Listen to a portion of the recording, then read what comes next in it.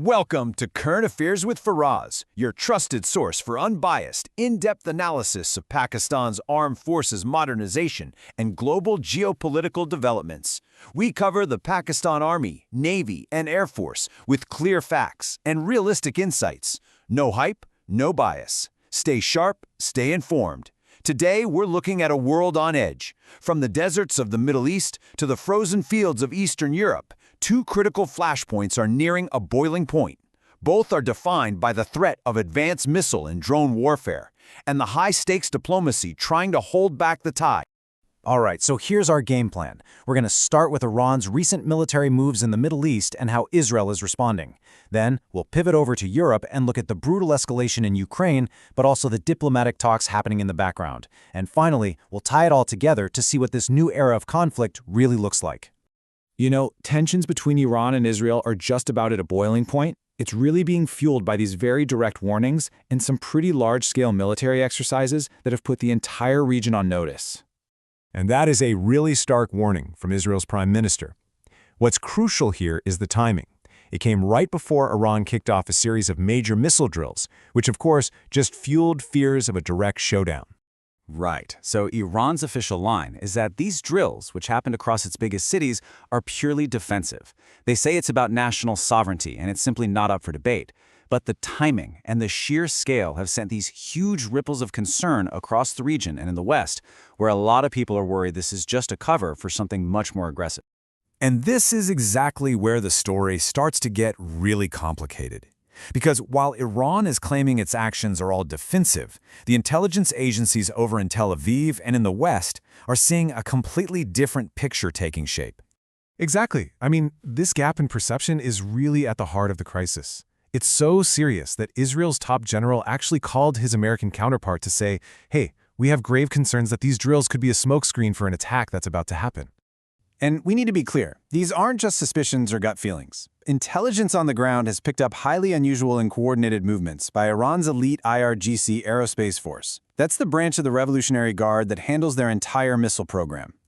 We're talking about activity that goes way beyond normal exercises, and it's prompted this intense monitoring of everything from their command signals to their supply lines. And according to Israeli intelligence that was briefed to the U.S., Iran's missile arsenal was cut in half during a previous conflict. So this current push to rebuild is seen as a top priority threat, so much so that some officials are saying it's even more urgent to watch than their nuclear program right now. Okay, now let's shift our focus over to Eastern Europe, because a shockingly similar pattern of missile and drone warfare is playing out, but on a truly massive scale. The scale of Russia's recent assault on Ukraine is just staggering. I mean, look at this chart. We're talking about a massive, coordinated, overnight attack with over 600 drones and dozens of missiles. This was a barrage that was clearly designed to completely overwhelm Ukraine's air defenses. And the impact of those attacks was just immediate and devastating. By hitting energy infrastructure, Russia plunged parts of Ukraine into total darkness during freezing winter temperatures. It caused civilian casualties and created a real humanitarian crisis. The threat was so severe that even neighboring Poland had to scramble its own fighter jets in response. But, even as the bombs are falling, there's this flurry of diplomatic activity happening behind the scenes.